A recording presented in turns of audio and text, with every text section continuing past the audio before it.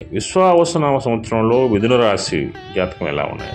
అసలు ఈ మిథున రాశిలో ఉండే నక్షత్రాలు మృగశిర 3-4 పాదాలు, ఆరుద్ర 1, 2, 3, 4 పాదాలు, పునర్వసు 1, 2, 3 పాదాలు.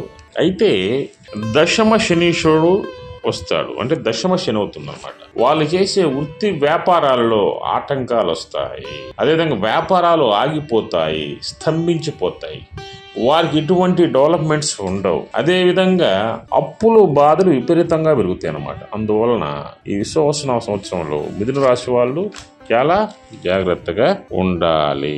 అయితే ఇక్కడ వీరికి ఆదాయం 14 ఉంది, వ్యయం 2 ఉంది, రాజపూజ్యం 4, అవమానం వచ్చేసి 3గా ఉన్నాయి. అయితే విశ్వావసునామ సంవత్సరంలో ఉన్నటువంటి మిథున రాశి వాళ్ళు ఏ పని చేసినా గట్టిగా పట్టుబడితే గానీ పని ముందుకెళ్ళదు. అదేవిధంగా వీళ్ళకి ఆరోగ్య సమస్యలు వస్తాయి. అదేవిధంగా అన్ని వ్యవహారాలని వీళ్ళు బ్యాలెన్స్ చేసుకుంటూ ముందుకెళ్ళాలి.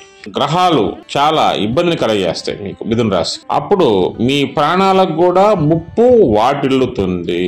ఇటువంటి పరిస్థితుల్లో మీ ఆరోగ్యాన్ని చాలా జాగ్రత్తగా చూసుకోవాలి. అదేవిధంగా కోర్టు కేసులు కూడా అవుతాయి, పోలీస్ కేసులు అవుతాయి. పోలీస్ కేసులు కూడా చాలా జాగ్రత్తగా చూసుకోవాలి. అదేవిధంగా మిథున రాశి వారు ఎవరైతే గవర్నమెంట్ జాబ్ చేస్తున్నారో మీరు బ్రైబింగ్కి వెళ్ళవద్దు, లంచాలు తీసుకోవద్దు. పొరపాటున మీరు ₹1 లంచం తీసుకున్నా సరే మిమ్మల్ని ఇరికిచ్చే అవకాశం ఉంది. అదేవిధంగా ఈ మిథున రాశి వాళ్ళు శ్రీ విశ్వావసునామ సంవత్సరంలో వాళ్ళు ఆనందంగా జీవించాలంటే మొట్టమొదటి చేయవలసిన పని ఏంటంటే శ్రీకాళహస్తిలో రాహుకేతు పూజ చేయాలి. అదే విధంగా వెరీ వెరీ ఇంపార్టెంట్ ఏంటంటే అమ్మవారికి అంటే దుర్గామాతకి బలిదానము, పసుపు, కుంకుమ, గంధం, అదే విధంగా గాజులు సమర్పించాలి. ఈ గాజులు, పసుపు, కుంకుమ, గంధం కూడా మొత్తం కూడా దుర్గాదేవి ఉన్న దగ్గరే చేయాలి. దుర్గాదేవి వచ్చేసి నెల్లూరు గీతికా రామచంద్రపేటం నెల్లూరు నందు ఆశీనులై ఉన్నారు. తప్పక మీరు సంప్రదించినట్లయితే మీ యొక్క దోషాలు నివృత్తి అవుతాయి.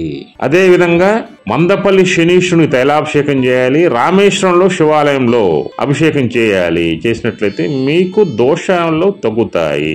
అప్పుడు కొంతవరకు మీరు యోగదాయకంగా ఉంటారు. జై దుర్గా భవాని.